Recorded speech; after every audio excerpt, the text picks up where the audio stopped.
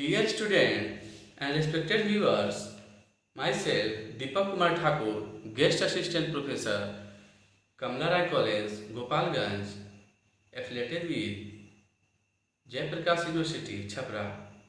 प्रिय विद्यार्थियों, आज हम लोग BA हिस्ट्री सब्सिडी पार्ट 1 के एक महत्वपूर्ण टॉपिक लोधी वंश के विषय में चर्चा करेंगे। लोधी वंश दिल्ली के राजवंशों में अंतिम था। इस वंश की स्थापना बहलोल लोधी ने किया था। बहलोल लोधी अफगानिस्तान के गिलजई कबीले के लोधी शाखा शाहूखेल कुटुंब से संबंधित था। अपने प्रशासनिक और सैन्य कुशलताओं के कारण वह मोहम्मद शाह सैयद के शासनकाल में खाने जहां की पदवी तक पहुंच गया था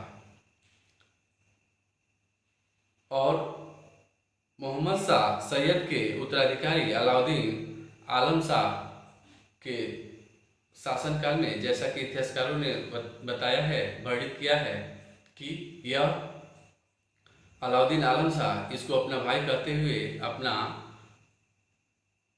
राज सिंहासन इसको सौंप दिया।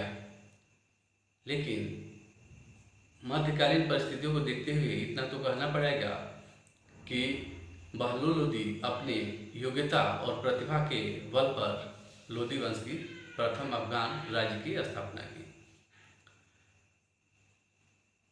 इस समय बहलोल लोधी के पास यह प्रश्न उपस्थित हुआ था कि उसका राज्य सिद्धांत कैसा हो, क्योंकि अफगानों में समानता का सिद्धांत लागू होता था। इसी को देखते हुए बहलोल लोधी ने भी अपने राजस्व सिद्धांत में समानता के सिद्धांत को लागू किया। उसका राजस्व सिद्धांत राज्यतंत्री न होकर कुलीन तंत्री था। वह तुर्कों के जैसा निरंकुश व स्वेच्छाचारी शासन व्यवस्था स्थापित नहीं किया, बल्कि फर्स्ट एमंग द इक्वल्स यानी समानों में ही प्रथम को सुल्तान के रूप में स्वीकार किया और वह अपने अमीरों के साथ समानता का भाव रखता था और उनके साथ कालीन पे बैठा करता था। इसी के कारण उसे मसनदे आली कहा जाता था। वह कभी राज सिंहासन पर नहीं बैठा। जब कभी कोई अमीर उसे असंतुष्ट हो जाता था तो वह उसके घर जाता था और घोड़े से उतर के अपना तलवार कभी कभी तो जो इतिहासकार वर्णित किए हैं उसे लगता है कि अपना पगड़ी भी उनके समक्ष रख देता था और कहता था कि मैं आप लोगों के आज्ञा के पालन में ही राज्य सिंहासन पे स्थापित हूँ, नहीं तो आप अगर मुझे योग्य न समझें तो मुझे कोई दूसरा कार्य दे दें। अब बहलोल लोधी चूंकि अपने लोधी वंश के 60वां अवस्था में था, अतः उसने अमीरों को संतुष्ट करके और एक समानता का भाव रख के प्रथम अफगान साम्राज्य को सुदृढ़ नींव प्रदान किया।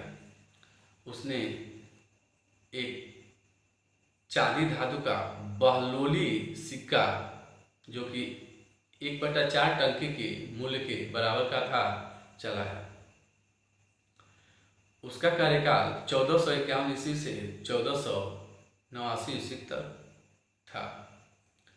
हम देखते हैं कि तुगलक वंश के लोधी वंश के शासक 75 वर्ष शासन किए।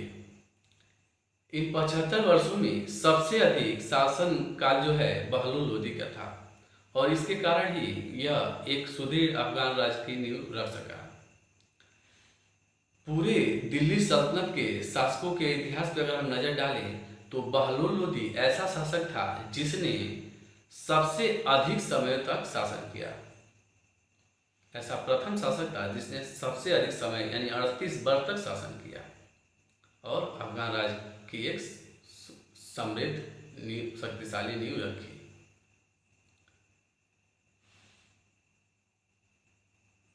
इसके मृत्यु के बाद इसका जो पुत्र था निजाम खां सिकंदर शाह के नाम से दिल्ली सल्तनत का शासक हुआ।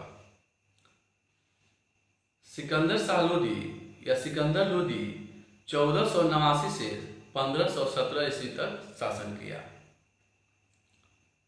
उसका बचपन का नाम निजाम खां था। वह एक सुनार की पुत्री जिसका नाम जयबंद था से उत्पन्न हुआ था। बहलूल लोदी के 9 पुत्रों में वह सबसे योग्य था और बहलूल लोदी ने उसे अपना उत्तराधिकार भी घोषित कर दिया था। जो उसका एक अन्य भाई था बारबक शाह, वह उसके लिए कोई विशेष कठिनाई उत्पन्न नहीं कर पाया और सिकंदर लोदी अपने राजगद्दी पर निष्कंटक विराजमान हो गया और उस समय एक सुस्पष्ट शासन की नींव डाली, जो विभिन्न प्रकार के विद्रोह और अशांति का वातावरण था उसको शांत करते हुए उसने कई अभियान निकाले और विजित किए।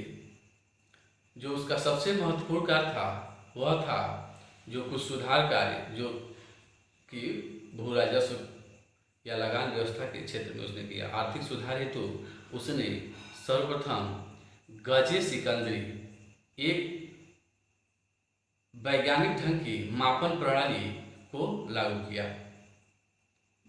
जिसमें 39 भाग हुआ करते थे, 39 भाग हुआ करते थे।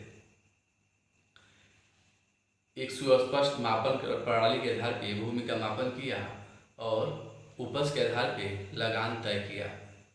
इसी के द्वारा जो लगान सूची तैयार की गई थी उसका प्रयोग शेरशाह सूरी ने किया था। लगान व्यवस्था के कारण उसके साम्राज्य का आर्थिक स्थिति में भी सुधार हुआ। बहलूल लोदी का जो उत्तराधिकारी सिकंदर लोदी था वह शिक्षित विद्वान व्यक्ति था और फारसी भाषा का बहुत ही गहन ज्ञान रखता था। वह एक गुलरुखी नामक उपनाम से फारसी कविताएं भी लिखा करता था। शिक्षा में सुधार के लिए उसने मध्य एशिया से शेख अजमुल्ला और शेख अब्दुल्ला 2 व्यक्तियों को बुलाया ताकि दिल्ली में एक अच्छी शिक्षा व्यवस्था की नींव रखी जा सके। सिकंदर लोदी 1504 ईस्वी में एक आगरा नामक नगर की स्थापना करवाया और वहां अपनी राजधानी को स्थानांतरित किया। तभी से एक परिपाटी चली कि आगरा को भी राजधानी के रूप में देखा जाने लगा। इस नगर की स्थापना के साथ साथ उसने और कुछ सुधारात्मक जो कार्य किए, वह मुस्लिम विधवाओं की पुत्रियों के लिए विवाह इत्यादि में जो खर्च होता था उसकी भी व्यवस्था उसने की थी। शेरशाह जो अपने भूराजस्व व्यवस्था के समृद्ध परंपरा के लिए जाना जाता था, उसकी एक बेहतर नींव सिकंदर लोदी ने ही रखी थी। जैसा कि दिल्ली सल्तनत के शासकों में एक विशेषता देखने को मिलती है कि ये बहुत ही सुसंस्कृत शिक्षित हुआ करते थे, उसी तरह इसने भी शिक्षा को, साहित्य को प्रश्रय दिया। इसी के शासनकाल में इसका वजीर मियाँ भुआ ने संस्कृत के एक ग्रंथ चिकित्सीय ग्रंथ को तिब्बे सिकंदरी या फरहंगे सिकंदरी नाम से फारसी में अनुवादित करवाया। ठीक इसी तरह इसके समय में संगीत पे फारसी भाषा में लिखी जाने वाली प्रथम पुस्तक लज्जत या लिज्जत सिकंदरी थी।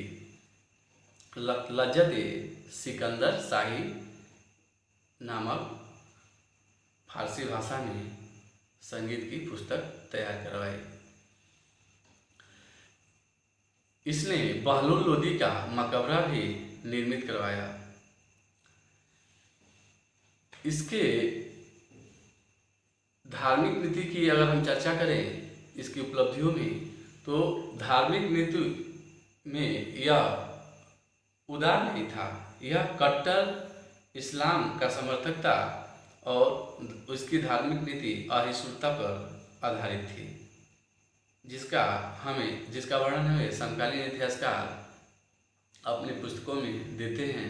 उससे पता चलता है कि यह कई मंदिरों को तोड़ा था और हिंदुओं या शिया मुस्लिमों में भी शिया और सुन्नी में भी भेद करता था, क्योंकि यह मुहर्रम में ताजिया निकालने पर प्रतिबंध लगा दिया था और महिलाओं को पीरों और के मज़ारों पे जाने से रोक दिया था।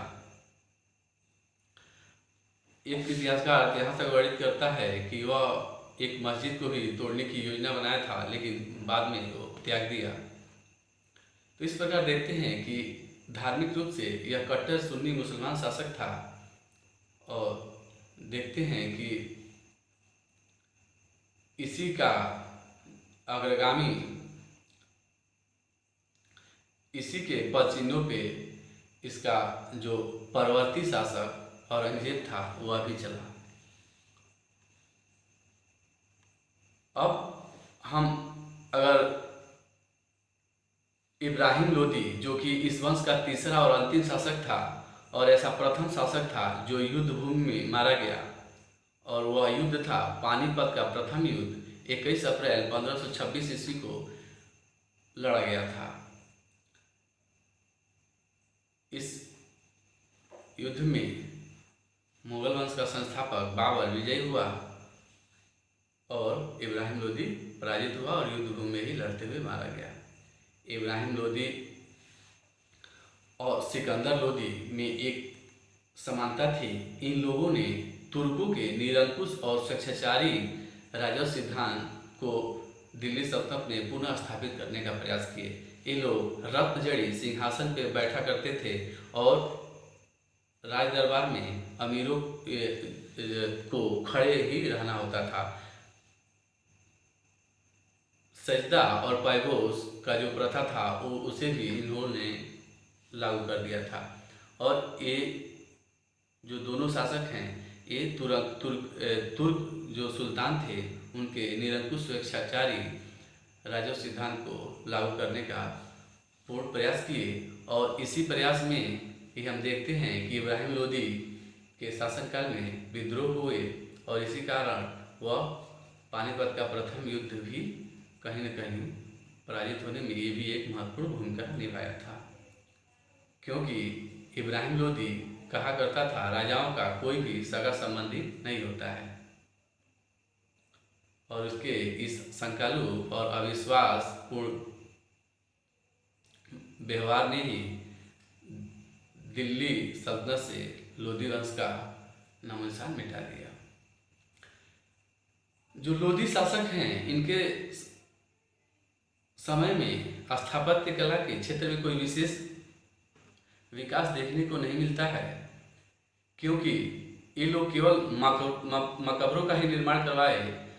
जो मकबरे निर्मित हुए उसमें दो तरह के विशेषताएं देखने को मिलती हैं, एक सुल्तानों के अष्टभुजी मकबरे और अमीरों के चतुर्भुजी मकबरे। जो सुल्तानों का जो अष्टभुजी मकबरा था उसमें बहलोल लोदी का मकबरा और सिकंदर लोदी का मकबरा महत्वपूर्ण था।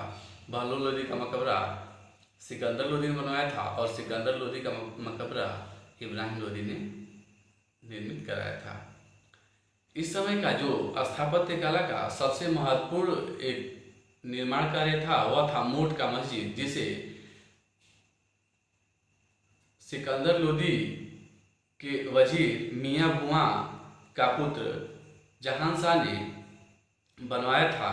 और जैसा कि मार्शल कहता है कि लोदी काल के जितने भी स्थापत्य कला थे उसकी अगर जो सबसे सुंदरतम जो उनकी सारी विशेषताओं को एक भवन में एक इमारत में समाहित किया जाए तो वह इमारत था मोट मस्जिद, जिसे जमान शाह ने अपने पिता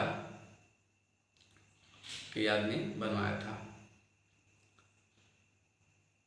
अब हम देखते हैं कि जो लोदी शासक हुए वह भारत में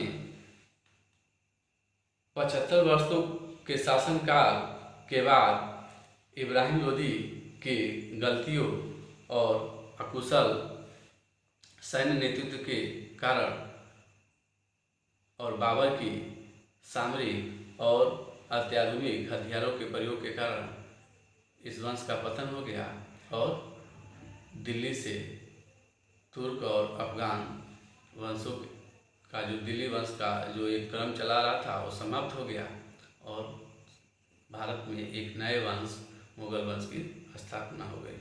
और इसी के साथ हमारा प्रकरण पूर्ण होता है। जय हिंद, जय भारत।